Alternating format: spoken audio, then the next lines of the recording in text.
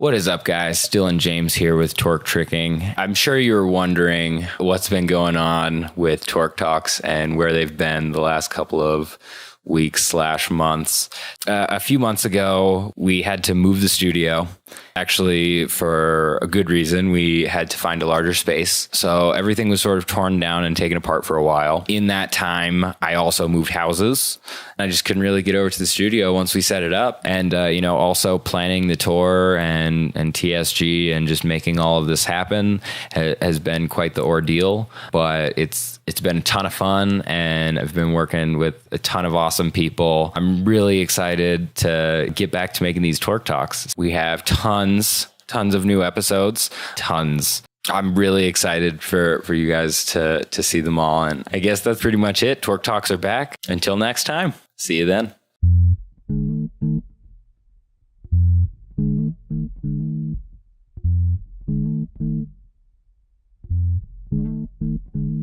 Okay. Oh, delicious. Let's go, baby. Yeah, let me just get this guy adjusted for me a little bit here. Boom. Oh. All right, what is up, guys? This is Torque Talks, episode 4, try 2. We tried to do a Torque Talks episode 4 the other night, and of course there was technical difficulties, but today we have with us Alex Omidvar. What's going on, people? Omid in the house. Hello. Omid in the house. What's going on?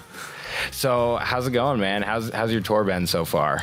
Tour's been an emotional roller coaster, to say the least. No, it's been, honestly, up to this point, I couldn't have wished for anything more. I've just been having a great time. I don't know. There's not really much to say. Like, it is what it says on the tin. I mean, there's 2 months traveling around with a bunch of trickers, hitting up gatherings every weekend. It's painful, but it's incredible. Yeah, lots of soreness. A hell of a lot of soreness, yeah, for You've been sure. doing a lot of recovery, trying to combat that. Yeah, I think, I don't know, the hardest thing for me, especially when I'm at a gathering, normally if it's only for like 2 or 3 days, I usually just completely destroy my body, and then I take like a few days afterwards to recover. But this, you don't really get those few days to recover, unfortunately. But it is what it is. I mean, I find it really difficult to be in a gym, especially with people like Sando. Like, the second Sando starts moving, I get this feeling inside me, and I just have to get up and start training, no matter how tired I am. I mean, the amount of times I've had like 3rd, 4th, 5th sessions just because I've seen Sando trick. Right. I just can't control myself. But Yeah, the energy, man, it's contagious. Yeah, for sure, 100%. Yeah, so how long have you been on tour so far? When did you guys actually leave the garrison? What was the day? It was the 6th of June, I think. The 6th of June, and we are July. 1st of July, so just under a month. I mean, it's crazy because I knew about coming on the tour like a couple of months beforehand, and it kind of felt like it was never going to happen because that time beforehand felt so slow. It was just taking an eternity to come around. Yeah, and then all of a sudden it was upon me, and I was leaving in like an hour, and I still hadn't slept, and I was like, oh Lord, please.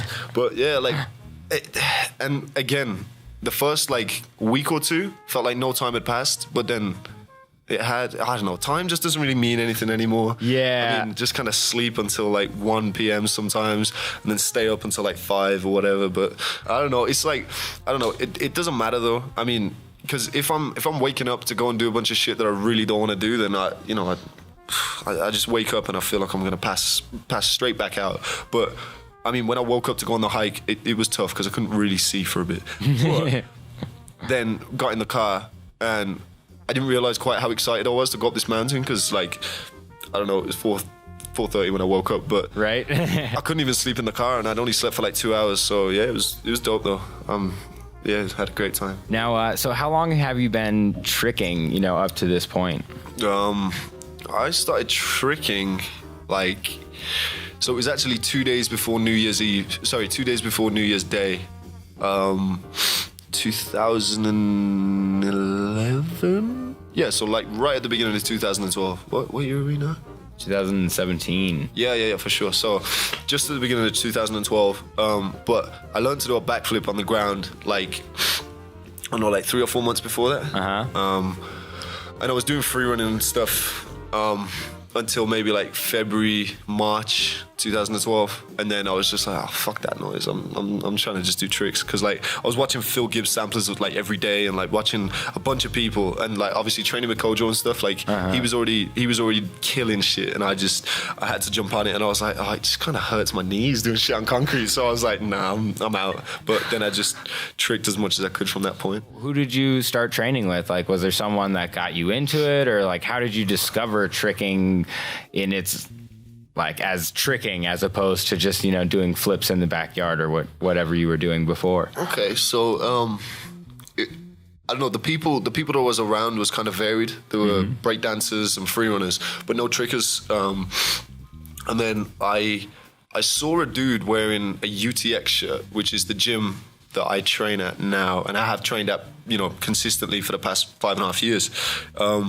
And I asked him what it was. UTX is called Urban Tricks Academy. It's based in Birmingham, UK. And I found out about this gym, and it was like a gym run by trickers pretty much. That's awesome. And it was the first of its kind in the UK. There were no other tricking gyms. And I went to the gym that session like 2 days before New Year's Eve, because there was like a special 4-hour session. I went for the last 2 hours, and I met like Kojo, I don't know who else people would know. I don't know, people like Phil Campbell. I don't know if anybody's going to know any of these people, but like, obviously you'll know Kojo, but like, yeah, there were a bunch of trickers. My boy Lips as well. But yeah, so just then from that point pretty much started like moving away from free running. But it was like a slow progression. And then like the first tricking sampler I ever saw, I think, well, besides Friday Night Madness, what was it? The team, I want to say Team Ryoku? I don't know. But there was the first proper tricking sampler I saw when I started tricking pretty much was Phil Gibbs' Way to Dawn. And that I watched that so much. He was like the biggest inspiration for me. I loved it so much. And yeah, just kind of went from there. That's awesome. And so you'd been tricking for a few years, and what then prompted you to decide to move in with the Garrison and start living in a tricker house, as opposed to, you know, you were training before and you were going to gatherings, I'm assuming, but what inspired the I need to live around trickers and like let's do this, you know, because there's not too many entirely tricker houses that are out there. Like there's a few here and there, but the Garrison's pretty well known. Yeah, I mean, I don't know. We're just trying to put it on the map, you know. But I actually lived in a tricker house before that in the UK. Oh, really? Yeah. So Kojo and I lived together. We lived together for like a year. Maybe like I want to say like a year or a year and a half before we moved into the Garrison. No, it's less than that actually. I don't know. At some point, Kojo and I lived together for a year. We had a bunch of different trickers coming to live with us and then moving out, and it was just kind of chopping and changing like that.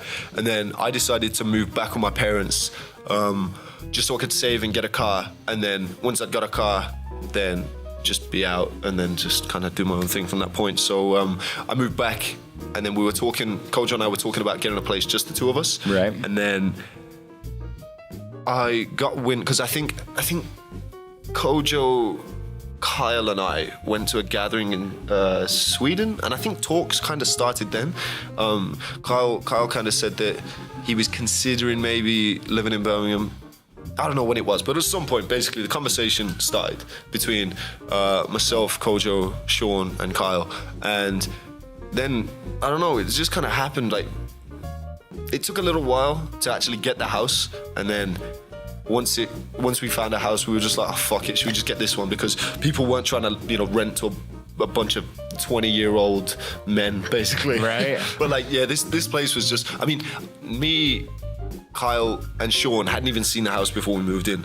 We were just like, we're fed up with looking, and we were all just kind of thinking, if we don't get this place, because Kojo went to view it because I was at work or whatever, and we were just kind of thinking, all of us were thinking, like, if we don't get this place, it might not happen. And everyone was kind of fed up of where they were. Kojo's lease was running out, I think, so he was like trying to get it as fast as he could, and I didn't want to be with my parents anymore because you know what it is. Oh, like, yeah. So Kyle and Sean the same, and then we just put the deposit down. Then all of a sudden, like, I don't know, within the space of a couple of weeks, we were living together, and it just kind of felt like, I don't know, just super natural, and it was a really easy I don't know. It was almost too easy. It's kind of weird how everything just kind of fell perfectly into place.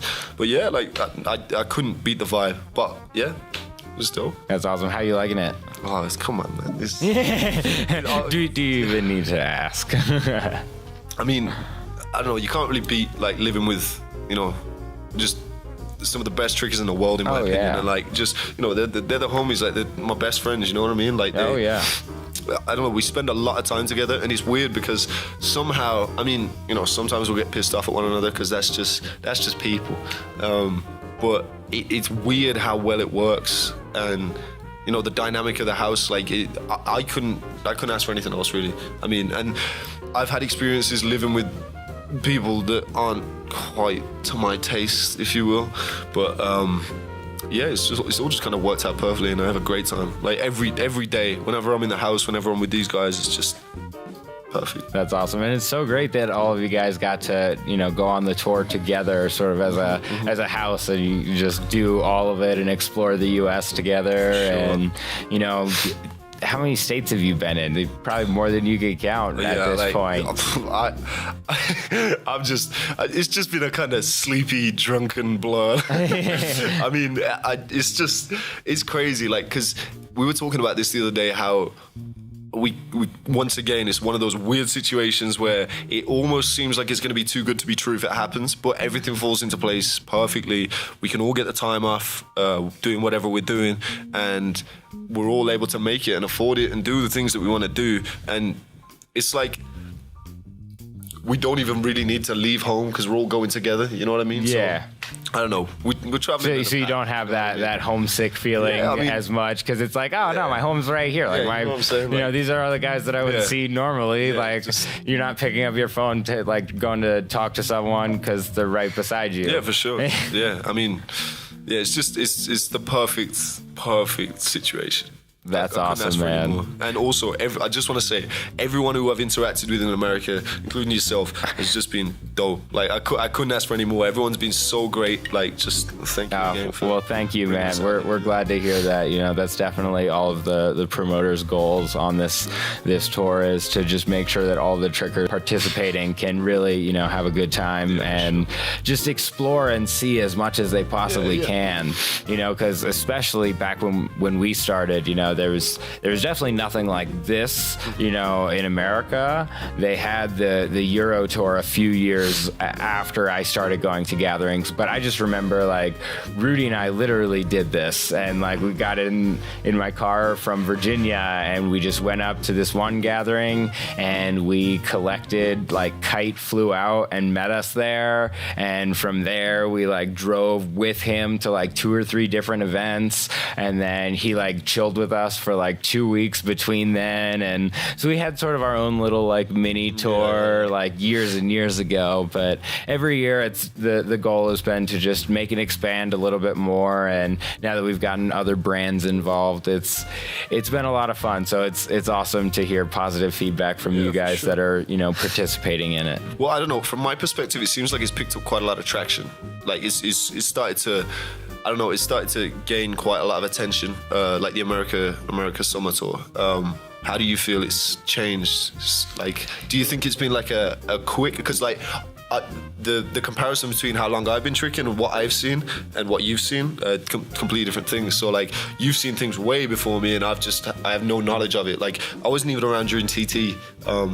So I actually started in like 2010, so I was sort of on the end of that TT trick session. I knew about him, I saw him, and Juji was definitely like my first influence of trickers, and the Facebook group I don't even think Facebook groups existed at that point. It was 2010, but so it's like it was pretty disbanded, and there's just groups of people that happen to know each other. I mean, definitely from back when I started, and the tour versions that we did back then, like, they weren't even called the tour, they weren't even just brands. It was straight up just a bunch of kids that were like trying to go as many places as they could. And so This year, I definitely feel, in my opinion, was one of the most well organized so far. Like the road trips just seemed like they really have happened how they're supposed to. You know, up to this point. Hopefully, we don't. Fingers crossed for no hiccups going forward. But I mean, you know, all of the cars stayed together. You know, we. At least in our leg of the road trip, we didn't get any tickets. But, you know, overall, it seemed like it was pretty good, and we didn't have any problems, which is easy to do when you have, you know, 4 or 5 cars driving, what was it, 1,500 miles? Bro. You know, we were in the car for over 24 hours, for sure. You know, from the last event to this one. And, you know, even before then, like, you guys have several different legs with various different drivers organizing those. And it seems like so far they've all gone off without a hitch. Everything seemed pretty seamless. Like it's just worked like a science, you know what I mean? Like it's just, everything's gone great. Well, that's awesome to hear. You know, I definitely feel like if we just keep up this momentum, you know, it's going to continue to do awesome things. 100%, yeah. Yeah. So there's just one more question that I want to ask you before we wrap it up. Sure. And it's, I think for you, actually, you might be one of the only people that it's really an easier question to answer because you stand out so much. But the question is, if all trickers had the exact same skill level across the board, what would make you stand out from the rest of the pack? Oh, good Lord. Oh, Jesus, I have no idea. I mean, like, take a breath, you know. I don't know. I mean, I think it's safe to say that I have a pretty unorthodox style. So I don't know, just like, I feel like the biggest thing for me is like the way that I think about tricks. I mean, within my first couple of years of tricking, if somebody would ask for tips on something, I'd find it very difficult for me to actually explain it to them because the way that I would think about it is very odd and it works for me. And I really get it when I think about it in that sense. But then now what I have to do, if I'm trying to break something down for somebody, I have to think about the way that I think about it and then understand that the rest of the world's probably not going to know what the fuck I'm talking about. So I have to turn it into human language because like it just doesn't really make sense to other people the way that I'll think about tricks. So I have to try and, I don't know, break it down to layman's terms almost. So I don't know. I think the way that I move in general, I think it's, I mean, I don't really see many people moving like me, which at first, when I first started tricking, I hated it. Honestly, I hated it so much. Like your own style? Yeah, I'd be speaking to Kojo and stuff, and he'd be like, "Oh, that's so weird. Like the way that you're doing that is just so strange." And I hated being different. I wanted to just trick like somebody else. Whereas now, I kind of, if I do something strange, I love it because it's me. You know what I mean? Yeah. Like, it's the way that I'll naturally do things. And yeah, of course, I'll try and make things cleaner and stuff because I'm nowhere near close to clean. But I don't know. I like that. I actually embrace that weird side of the way that I'll move, like, because if anybody actually notices in any of my videos, my legs are bowed as hell.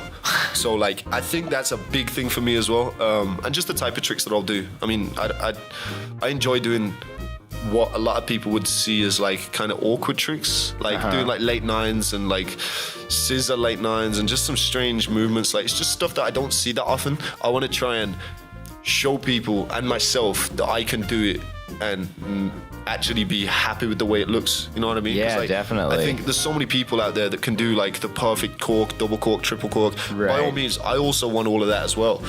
But I want that other side where I can do like, I don't know, some crazy, like B-twist, swipe 9, vanish, snapu, pop flash, backside 12 double. Like to me, just that weird, like that kind of weird combo structure. Yeah. And it's like, it's very difficult for me to actually like execute these things, but I like that challenge. It's like every combo is that little challenge, and it's the same for everybody.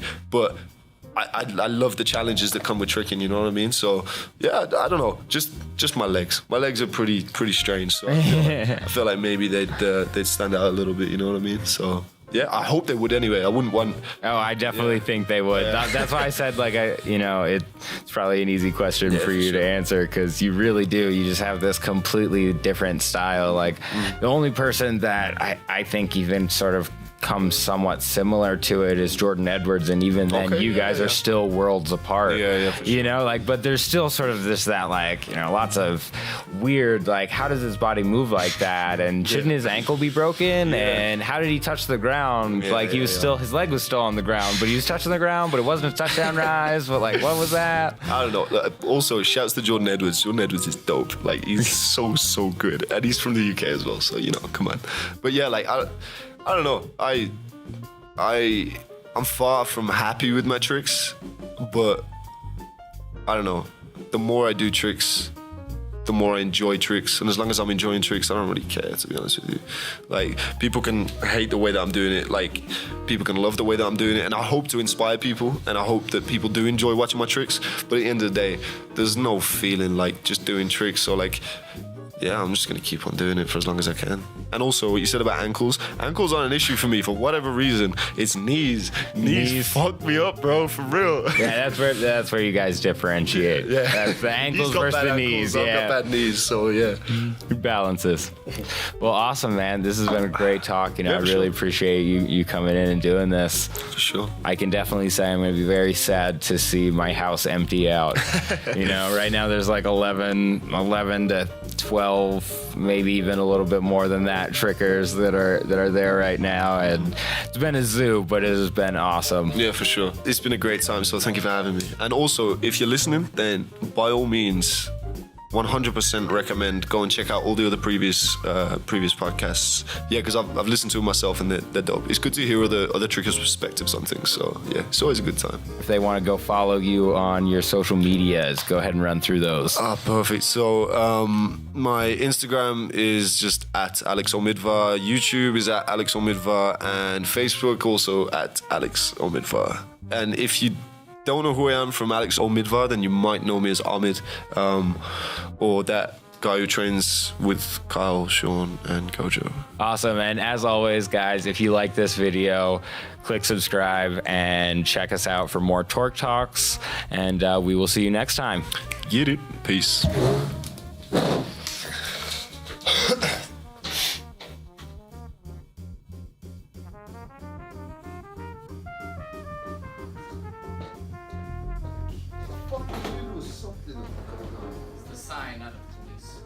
What happened? This bug? Fucking something buzzing. I felt something on my back. I was like, nah. It's biting. Yeah, that. This fucking bit me. The start to a barbershop quartet, and then the Garrison slowly come in, and it's like... Yeah. I haven't even started drinking yet. Fucking hell. We're going to interrupt your podcast with a little infomercial from Plan Zero. Plan Zero. Plan Zero. We have tricking clothing, tricking hats. We got hats, we got moon boots, we got skis. We got it all at planzero.co. Check it out at planzero.co. Plan Zero.